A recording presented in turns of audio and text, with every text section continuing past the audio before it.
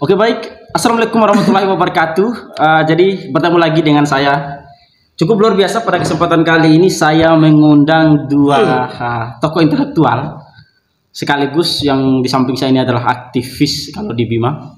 Yang samping saya ini adalah salah satu mahasiswa aktif yang berada di perguruan tinggi di Bima.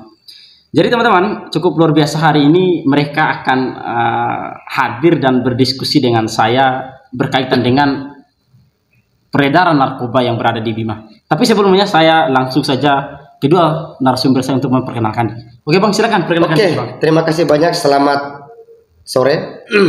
Saya atas nama Ade Imam Zikrullah. Jadi jujur ini salah satu kebanggaan juga rasa kehormatan bagi saya pribadi karena bisa menjadi pembicara di konten YouTube-nya Adinda saja, Bon. Ya, terima kasih banyak. Ya, Bismillah. Assalamualaikum warahmatullahi wabarakatuh.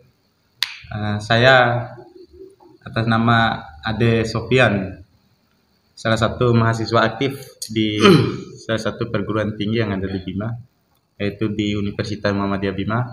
Dan alhamdulillah juga pada kesempatan siang hari ini diundang oleh Saudara Jebon untuk menjadi pembicara sekaligus kita diskusikan terkait dengan peredaran narkotika yang semakin merajalela di Bima ini. Oke baik, begitulah sekilas profil singkat dari kedua narasumber saya yang berkesempatan hadir di sini. Jadi sebelum kita lanjut mungkin Bang, gimana kabarnya nih? Alhamdulillah baik, Dina. Baik Bang ya, Ya. Cukup sehat. Jadi saya langsung aja ke Bang Imam mungkin ya, ke Bang Imam nih, Imam Zikrullah. Ya. Kemarin kan Bang sempat viral nih video penangkapan salah satu bandar mungkin kalau menurut saya, karena memang saya melihat itu di media. Mungkin nanti Abang Imam bisa menjelaskan itu penangkapan bandar narkoba. Itu menurut kacamata aktivis itu bagaimana itu? Oke. Terima kasih banyak Adinda Jebon ya. Jadi kebetulan saya juga tidak ada di TKP waktu penangkapan narkoba dengan jumlah BB 1 ons ya, kurang lebih 1 ons narkoba jenis sabu-sabu di Kabupaten Bima di Kecamatan Belor. Jadi ini masih menurut dari hasil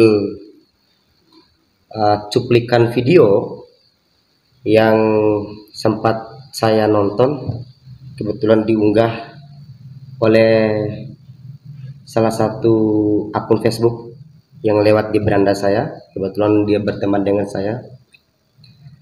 Kita menonton adanya penangkapan salah satu oknum yang diduga inisial Y oleh Satres Narkoba Polres Bima Kota. Jadi kita melihat cukup besar peredaran narkoba, apalagi itu jelas dari keterangannya itu ya, jumlah barang bukti yang ditangkap oleh teman-teman Satres Narkoba Polres Bima itu jumlah yang cukup besar sekali, 1 ons. Ya kira-kira begitu. Berarti cukup fantastis ya, banyak. cukup fantastis. BB yang Berarti didapatkan. narkoba ini sudah leluasa masuk menggerogoti ya anak bangsa gitu kan, sudah mulai masuk di desa-desa kan. Berarti pandangan dari teman-teman aktivis kira-kira begitu berkaitan dengan penangkapan salah satu bandar narkoba yang berada di Bima ya. Oke, jadi terkait dengan penangkapan itu kita tidak lupa juga memberikan rasa apresiasi terhadap institusi Polri, dalam hal ini teman-teman Satres Narkobaan. Nah, yang dengan semangat, memiliki niat, memiliki semangat untuk benar-benar memberantas narkoba ini ya, dari ancaman juga bahaya bagi generasi bangsa kita. Oke, mungkin saya tahan dulu Bang. Jadi bagaimana dari pandangan teman-teman mahasiswa berkaitan dengan video viral kemarin itu, penangkapan bandar narkoba ataupun pengedar atau apapun itu. Ya, teman-teman masih silakan. Iya. Kemarin sempat kita menyaksikan memang ada beberapa cuplikan video viral di berbagai media ya, baik di Facebook, Twitter, YouTube, dan jenis media lainnya.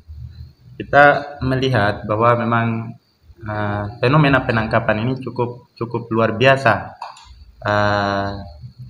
dan menjadi trending topik pembicaraan atau pembahasan di kalangan aktivis dan mahasiswa sekarang ini. Kenapa tidak ya? Karena memang penangkapan ini cukup luar biasa dengan barang bukti yang cukup banyak, 1 ons. Dan namun bagi kami selaku mahasiswa yang terhimpun di Perguruan Tinggi Universitas Muhammadiyah Bima, kami memantau dan menganalisis persoalan ini sedetail mungkin. Ya, seperti yang dikatakan oleh Abang Imam Jikrullah dari awal, kita wajib memberi apresiasi untuk teman-teman Polri karena telah berhasil menghentikan peredaran narkoba sejumlah 1 ons itu. Tapi di sisi lain, sebab pada saat penangkapan kita menonton Pak cuplikan video itu, dan itu beredar di tingkat media Facebook, beredar Y di sana. Ini masih menurut Y dalam keterangannya kita nonton di videonya yang sempat beredar yang viral itu. Y mengungkap bahwa keterangan Y ya saat diinterogasi oleh teman-teman kepolisian, barang bukti narkoba dengan jumlah 1 ons itu bukan miliknya. Oke. Nah, itu bukan miliknya. Lalu milik siapa? Nah, ini menjadi tanda-tanda besar. Saya juga tidak terlalu ini tidak terlalu fokus bahwa pernyataannya ini benar atau tidak. Oke. Nah, cuman saya menilai bahwa Y ya di tengah dia memberikan keterangan pada saat diinterogasi, Y ini sebenarnya kode. Oke. Ini adalah sinyal yang disampaikan oleh Y bahwa ya, polisi harus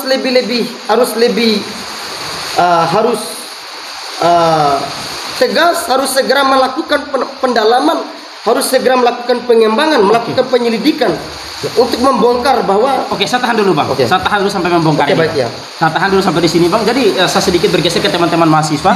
Jadi berkaitan dengan penangkapan oknum Y oleh teman-teman APH ini, dari pandangan teman-teman mahasiswa dari perspektif hukum misalnya bagaimana? ya jadi penangkapan itu resmian dilakukan oleh teman-teman Satres Narkoba Polres Bima dengan jumlah barang sekian-sekian, dan terduga juga kita ketahui bahwa dia berinisial Y. Kalau dari segi penangkapan itu sudah jelas, maka tadi saya katakan kita memberi apresiasi untuk teman-teman Polres Bima ini, Polri. Nah, namun ada sedikit yang saya sayangkan di balik penangkapan ini, kita di mahasiswa sayangkan bahwa sesungguhnya dalam penangkapan kejahatan atau kriminal yang dilakukan ini, kita harus menghargai juga hak asasi terduga yang ditangkap ini. Oke. Tidak seharusnya teman-teman Polri, teman-teman polisi dalam penangkapan itu menyebarkan video yang cukup jelas begitu. Boleh disebarkan tapi minimal harus di blur. Berarti memang ada pelanggaran prosedural dalam proses penangkapan itu kira-kira. Iya, ini kalau kita katakan pelanggarannya bisa juga kita katakan pelanggaran, karena memang di sisi lain terduga yang ditangkap ini punya hak yang harus memang dilindungi oleh hukum. Ya, di mana dia juga masih status terduga, apalagi dalam keterangannya bahwa barang ini bukan milik dia, tapi dia hanya diperalat, digunakan untuk mempermulus perdagangan narkoba yang dilakukan oleh saudara inisial D ini. Jadi teman-teman kepolisian nggak boleh langsung menyebarkan video yang terlihat jelas dan nampak sampai harus karena persoalannya terduga ini harus dilindungi haknya, hak hukumnya, karena asumsi masyarakat agar terhindar anak ini juga di dikata-katai atau diocelin sama masyarakat, termasuk keluarganya. Tidak boleh Berarti sebenarnya. privasi ya, memang Iya. harus privasi orang harus dijaga ya. Iya. Berarti kira-kira begitu kacamata dan Harus juga teman-teman. teman-teman kepolisian itu memblur itu Oke. video kalau memang disebarkan videonya. Oke, saya tahan lagi ya kepada teman saya Ade Sofian. Saya lanjut tadi Bang, cukup Iya. menarik yang disampaikan tadi, membongkar apa yang tidak dibongkar oleh teman-teman kepolisian. Untuk membongkar ya. Jadi kekhawatirannya polisi tidak saja fokus pada pada Y, pada oknum, pada terduga Y yang ditangkap kemarin. Nah, saya membaca bahwa Y ini melalui keterangannya pada pasca interogasi, Y ini membuka peluang gitu, membuka peluang, memberikan kode terhadap teman-teman Satres Narkoba untuk melakukan pendalaman gitu. Untuk melakukan pendalaman bahwa diduga kuat bahwa ada otak besar yang bermain di balik narkoba ini. Abang bisa menduga ada teman-teman Saya bisa kepolisian? menduga kuat bahwa itu jelas pada saat penangkapan ia ini dengan gamblang membeberkan identitas, ya kan? Identitas bahwa pemilik sesungguhnya yang diduga kuat sebagai pemilik narkoba dengan jumlah bebas satu itu adalah oknum D. Ya, Oknum D sesuai ini? dengan menurut oknum D. Ya, sesuai dengan menurut keterangan saudara Y pada pasca diinterogasi oleh teman-teman Satres Narkoba ya pasca penangkapan. Menurut Abang oknum D ini siapa? Oknum D ini sebenarnya saya juga tidak tahu, masih menurut keterangan. Nah, oleh karena itu inilah yang saya katakan tadi menjadi tugas teman-teman Satres Narkoba untuk melakukan pendalaman, ya kan, agar kiranya APH atau teman-teman Satres Narkoba tidak terfokus pada oknum Y, Oke. oknum Y saja. Kira-kira begitu, Dinda. Jadi ini kan proses hukum ini kan sudah berjalan hampir 1 minggu, Iya. Bang. Jadi menurut kacamata Abang sebagai aktivis, ini cukup lama, sangat lama atau bagaimana? Perkembangannya ini sejauh mana, Bang? Berkaitan Saya dengan kira kita perlu menghargai tahapan proses yang dilakukan oleh teman-teman penyidik ya, dan itu kita harus hargai. Nah, cuman dalam hal ini menjadi tugas dan tanggung jawab kita bersama, ya kan, sebagai mitra kritis saya bicara di hadapan publik hari ini. Nah, menaruh harap semoga APH, teman-teman Satres Narkoba, Kasat Narkoba, Kapolres Narkoba, Kapolres Bima tidak saja Oke. terfokus pada saudara Y saja. Oke, saya tahan dulu, Bang. Oke. Saya tahan dulu. Terfokus ke saudara ya. Saya ke saudara Ade Sofian dulu, melihat dari kacamata hukum, perspektif hukum pidana misalnya, kira-kira barang 1 ons pelaku pengedar dan bandar ini itu bisa dikenai pidana apa begitu? Biar teman-teman penonton juga ini tahu bahwa ketika menggunakan narkoba hukumannya berapa kira-kira. Iya. Silakan. Ya, jadi begini Pak Moderator. Jadi untuk kewenangan menentukan ini bandar, pengedar atau pemakai itu ada tim ahlinya. Oke. Saya tidak bisa menentukan bahwa berdasarkan video itu bandar, Oke. pengedar atau pemakai. Menurut Tidak saudara, boleh. menurut saudara misalnya. Jadi kalau dilihat dari jumlah BB yang ditemukan saat penangkapan itu sudah BB yang sangat luar biasa. Jadi posisinya jikalau BB itu sudah memenuhi standar klaster ya, ini BB sudah ditemukan berdasarkan keterangan itu 1 ons, itu hasil penangkapan. Secara jelas bahwa bisa saja anak ini atau oknum ini dikenai dengan pasal bandar atau enggak pengedar, bukan pemakai ini. Oke. Karena pemakai itu ada standarisasinya kepemilikan. Nah, dari segi hukum sanksinya, misalnya kalau pengedar atau pemakai maksudnya, pemakai kan jelas itu ancaman hukuman pidananya di dalam Undang-Undang Nomor 35 Tahun 2009 Pasal 127 Ayat 1 itu menjelaskan bahwa barang siapa dengan sengaja menyalahgunakan narkoba dan lain sebagainya itu diancam dengan hukuman pidana selama-lamanya 4 tahun. Itu untuk pemakai. Jadi pemakai itu ada sedikit keringanan ketimbang pengedar dan bandar untuk sanksi pidananya di dalam undang-undang itu. Ya. Dan kemudian ancaman untuk bandar berdasarkan undang-undang yang diatur sesempurna mungkin oleh negara ini ada pada pasal 114 juga di dalam undang-undang yang sama, bahwa barang siapa dengan sengaja dan tanpa hak menguasai dan mengedarkan barang itu diancam dengan hukuman pidana sesingkat-singkatnya 5 tahun dan selama-lamanya 10 tahun dan sanksi dendanya sebesar 600 juta. Wow. Ini negara sudah membentuk produk hukumnya itu untuk mengantisipasi terjadinya peredaran narkotika dan penyalahgunaan ini sudah cukup luar biasa. Tinggal bagaimana teman-teman aparat dalam hal ini Polri menjalankan hukum itu sesuai dengan koridor hukum itu sendiri. Berarti memang sanksi yang diberikan oleh pemerintah cukup luar biasa. Ya, kalau ditanya ini klaster bandar pengedar atau apa berdasarkan penangkapan kemarin, saya bukan ahlinya di situ. Okay. Saya tidak bisa menentukan ini bandar pengedar atau pemakai. Oke, selanjutnya pada Bang Imam Zikrullah tadi menyinggung soal Kapolres.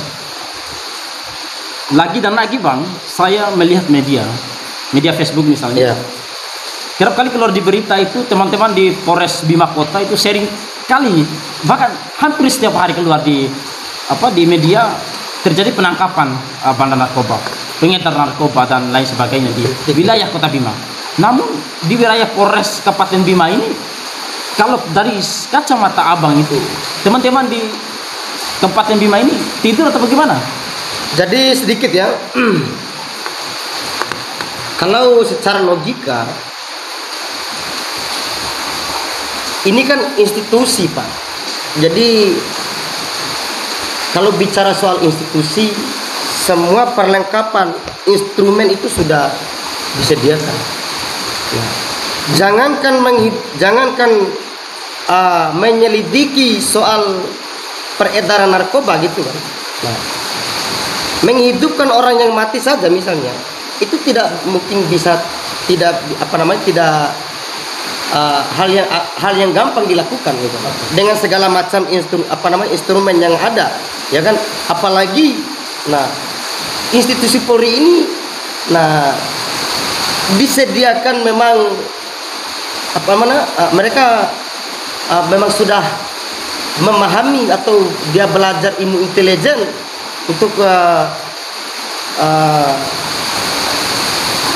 menelusuri asal muasal narkoba atau untuk mendeteksi pemakai atau bandar narkoba itu di mana gitu.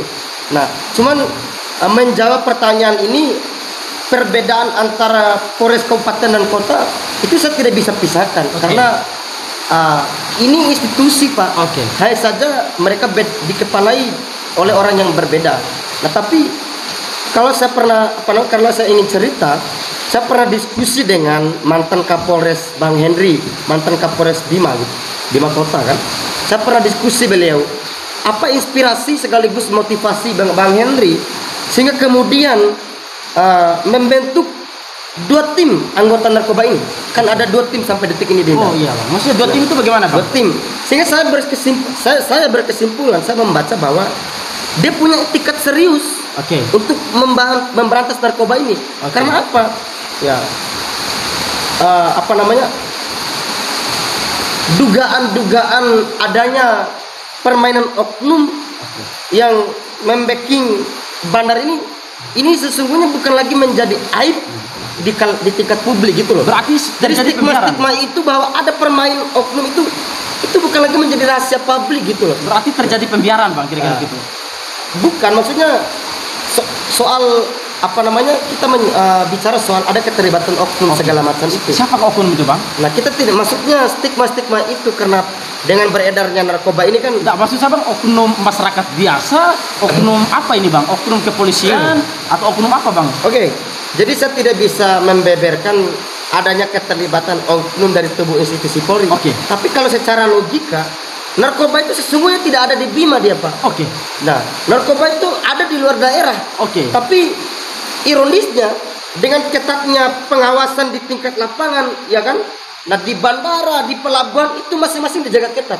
Pertanyaannya, kenapa kemudian narkoba ini bisa gampang masuk di Bima gitu loh. Oke. Nah, berarti ada indikasi, kita patut mencurigai, Oke. ada dugaan bahwa ada yang terlibat oknum yang ada di tubuh institusi gitu, yang memuluskan sehingga kemudian narkoba ini gampang masuk di Bima. Karena logikanya tidak mungkin narkoba itu dengan gampang masuk di daerah Bima gitu, sedangkan ya kondisi perbatasan kita dijaga ketat oleh pemerintah, oleh institusi. Ada Polairut, ya kan? Ada TNI yang menjaga ketat pintu-pintu masuk itu. Nah, jadi ini ironis bagi kita, kenapa kemudian narkoba ini bisa hadir di Bima gitu. Berarti memang begini pun yang terjadi. Teman-teman mahasiswa bagaimana menanggapinya? Sejauh mana berkaitan dengan peredaran narkoba yang sudah cukup membias, yang sudah disampaikan oleh Bang Imam itulah. Lalu apa yang diambil oleh teman-teman mahasiswa? Jadi kalau kita ya di kalangan mahasiswa tidak bisa menentukan atau menyimpulkan bahwa ada kendoran penjagaan di berbagai perbatasan sehingga narkoba yang tidak ada di Bima menjadi ada di Bima. Tapi berdasarkan pengamatan dan analisis kita di kaum mahasiswa, sering kita temukan bahwa hampir rata-rata seperti yang dikatakan oleh Abang Imam Dikrula, bahwa narkoba ini sudah beredar luas di wilayah Bima ini, mulai dari kota sampai pelosok-pelosok desa tertentu itu sudah menyebar. Siapa yang harus kita salahkan? Ya, kalau siapa yang harus kita salahkan ini tentu yang disalahkan itu kita semua. Tapi ada pengecualian. Bukankah negara ini sudah membentuk instrumen yang kuat? Negara ini sudah menyediakan hukum yang sempurna. Negara ini sudah membentuk beberapa lembaga untuk menjaga, untuk mengamankan dan menjamin agar tidak terjadinya peredaran dan penyalahgunaan narkotika yang begitu menyeluruh ini. Polri, tugas dan fungsinya Polri itu kan dibentuk oleh negara ini untuk menjaga itu. BNN lebih-lebih, misalnya di takaran di posisi narkotika. Jadi kalau pertanyaannya siapa yang kita salahkan di sini, kita juga tidak bisa menyatakan bahwa kita menyalahkan Polri. Tapi secara kewenangannya memang diberi tugas dan kewenangan oleh negara itu Polri yang bertanggung jawab atas peredaran ini. Dan satu lagi, kita sebagai mahasiswa cukup mencermati dan selalu mengikuti perkembangan berita-berita yang ada di media sosial. Yang kami sayangkan itu, berdasarkan informan, video-video yang beredar penangkapan narkoba di salah satu desa di Kecamatan Belo itu, kita menyayangkan sudah hampir 1 minggu lebih proses penangkapan sampai hari ini kan, belum juga ada upaya yang dilakukan oleh teman-teman kepolisian ini, khususnya di Polres Bima. Tidak ada inisiatif teman-teman polisi ini menelusuri dan melakukan pengembangan penyelidikan atas pernyataan pelaku yang ditangkap ini. Ya, jadi ini kesulitan bagi kita untuk menghapus peredaran narkoba di Bima ini. Karena apa? Karena teman-teman polisi setelah penangkapan berhenti sampai di situ saja, tidak ada upaya pengembangan. Seharusnya teman-teman polisi setelah ditangkap, misalnya Bang Imam ditangkap membawa atau menguasai narkoba misalnya, ya, harusnya teman-teman polisi menggali sumber informasi dari Bang Imam ini, dari mana dia dapat, biar pengembangan penyelidikan tidak itu ada pengembangan. Iya, tidak ada, sehingga kita heran kalau peredaran narkoba ini semakin menyeluruh di Bima ini. Saya lanjut ke Bang Imam. Tadi yang disampaikan tadi terjadi pembiaran. Kalau menurut dari kacamata Bang Imam sendiri, misalnya begini, dari 100% wilayah di Bima ini, kira-kira berapa persen yang sudah dicemari oleh narkoba ini? Nah, coba presentasikan aja Bang, porsinya aja. Saya kira narkoba ini sudah sudah masuk sampai ke tingkat desa gitu. Artinya ini menjadi ancaman besar bagi pertumbuhan dan perkembangan generasi ke depan. Nah, oleh karena itu saya ingin kembali uh, apa namanya menyorot terkait dengan isu viral penangkapan narkoba dengan jumlah barang bukti yang cukup fantasi, ya kurang lebih apa namanya 1 ons itu. Nah, saya berharap kepada institusi Polri dalam hal ini Satres Narkoba Polres Bima gitu kan, uh, beserta jajarannya. Semoga titik fokusnya tidak saja hanya kepada oknum terduga yang ditangkap kemarin, oknum Y, tetapi ya lagi-lagi ini menjadi tugas dan tanggung jawab semua pihak, teman-teman aktivis, pemuda, mahasiswa untuk terus turut andil menjaga, mengawasi perkembangan proses ya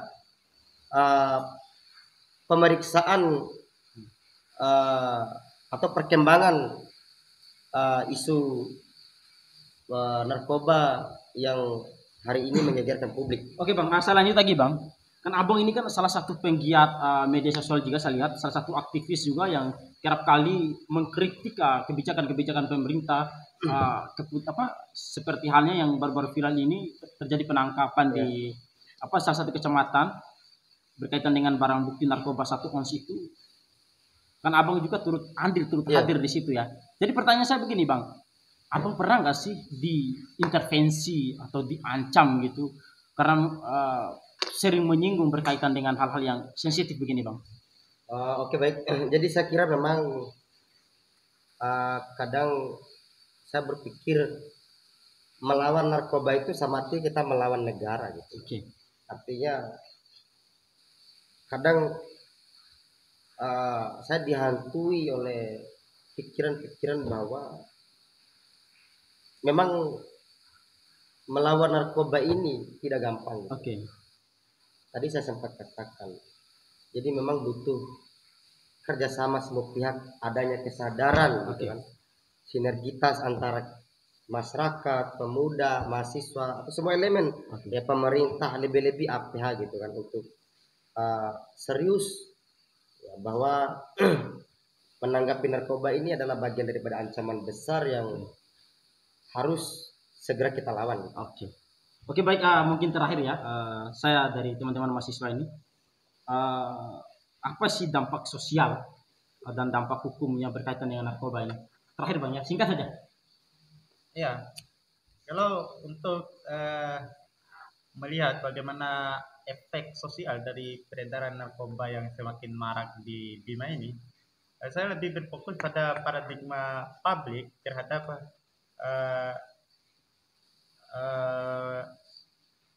keseriusan institusi Polri.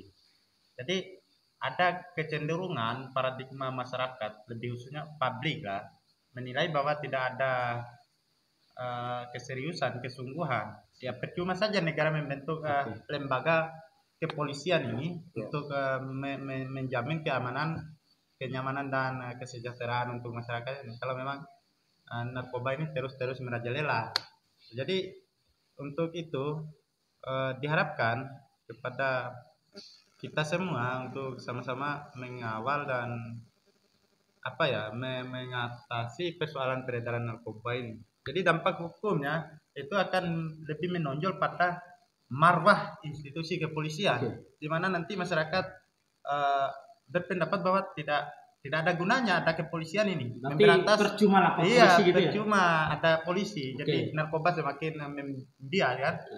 Dari segi sosial kita khawatirnya generasi ini terus menjadi menjadi terganggu emosional, pikiran dan lain sebagainya karena pengaruh obat-obatan terlarang ini.